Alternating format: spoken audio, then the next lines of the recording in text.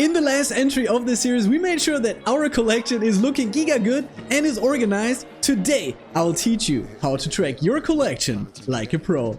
Let's go.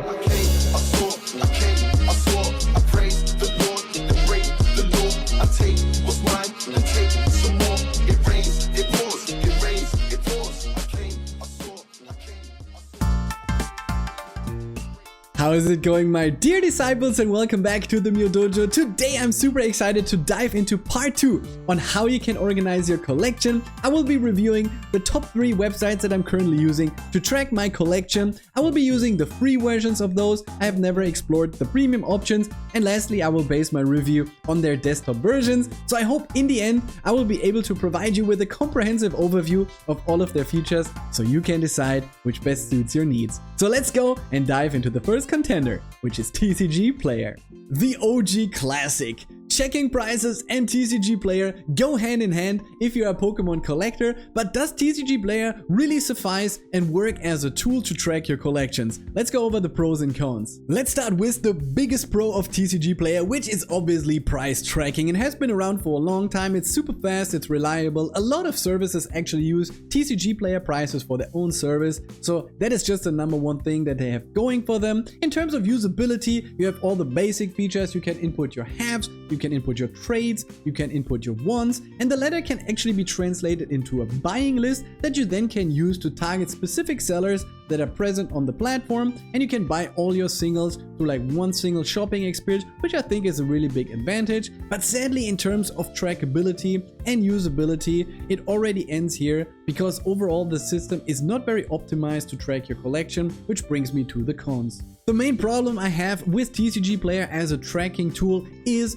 that it's very flimsy to use. It almost feels a bit like Excel files. That's also how it looks like, so the visual presentation is also not very pleasing, which is a big point for me. There's no real community outside of the website itself, which can be a bummer for some, but maybe not too important for others. You can also only track English cards on the website, if that is a thing, that maybe you have like Japanese cards that you would like to track.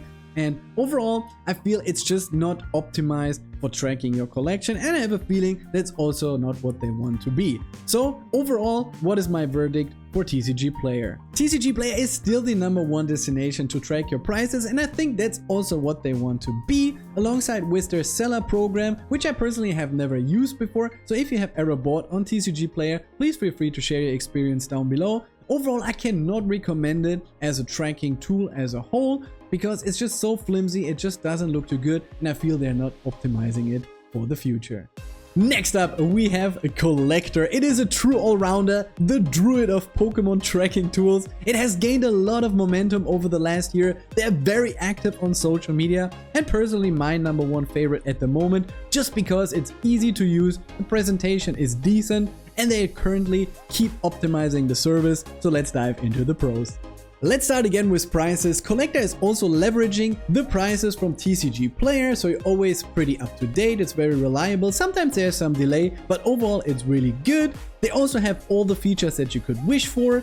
It's super intuitive. Everything is where you think it would be. It's super easy to input cards, different variations of these cards, multiple counting of these cards. So it's overall really easy to use. It also has a lot of really nice bonus features. You can input sealed products. You have multiple currencies. You have like a small Pokédex which grows with all the cards that you're inputting. You can track Japanese cards. So there's a lot of features that Collectr has going for them. Another feature that they have going for them is that they currently and keep optimizing the service, which for me is a hard requirement if you're looking long-term at a tool and the usability of it. And lastly, they have a really active scene around the tool. They have a cool Discord server. They have a very active Instagram where they kind of share the latest transactions, exciting transactions. And it's always fun to see those without going out of your way to actually search what is going on. But there's not all green around this tool. There's still some things which I'm looking for. So let's go and dive into the cons. When it comes to the cons, for the disciples that already watched my last entry, I'm all about visual presentation and just looking at something nice, and I think this is where Collectr could still grow a little bit. At least the desktop version is not where it could have been. You have all the basic, you have the pictures, you have all the graphs, everything is aligned very smooth.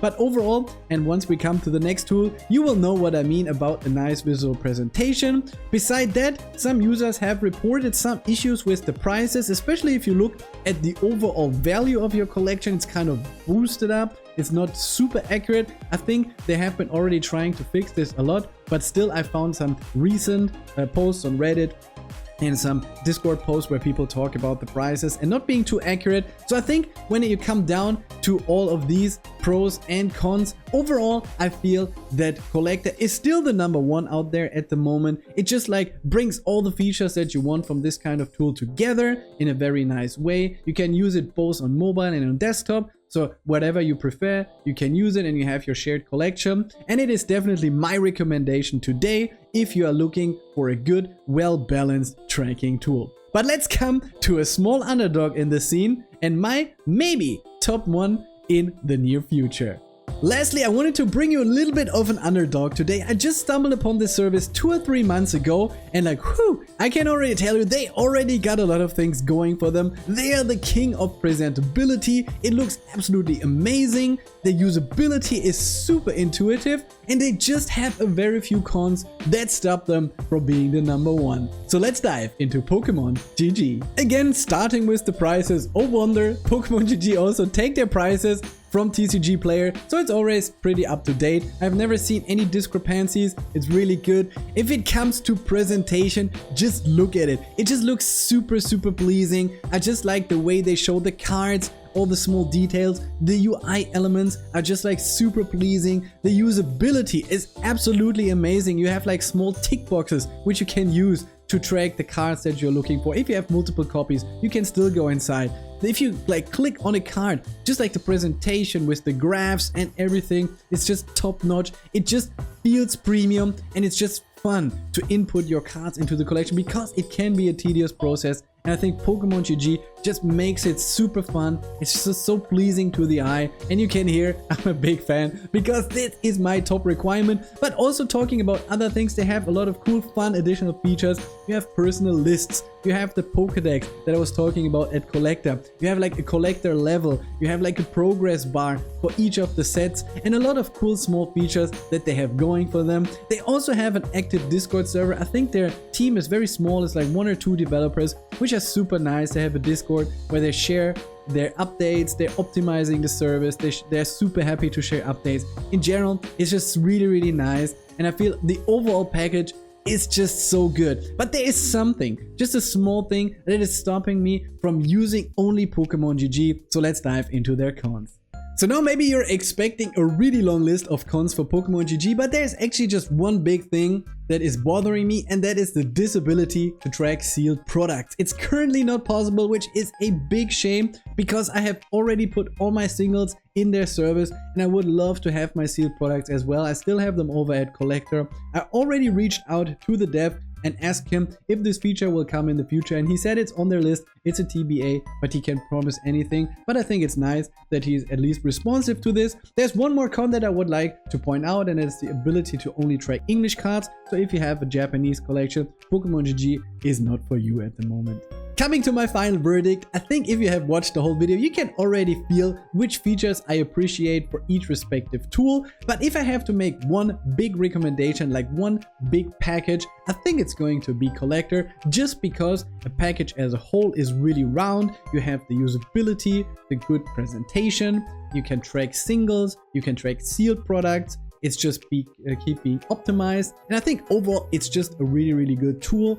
If you want to use just one tool for everything, that is going to be your best shot. But if you value presentation, a nice premium feel, a super smart and intuitive user interface, then I highly recommend checking out Pokemon GG as soon as they have sealed products to be tracked. Then I'm gonna wholeheartedly recommend this as my new #1, but I'm already tracking my singles over there and it's just being so much fun. So I hope I was able to give you a comprehensive overview of all the different features so you can pick the tool that best suits your needs.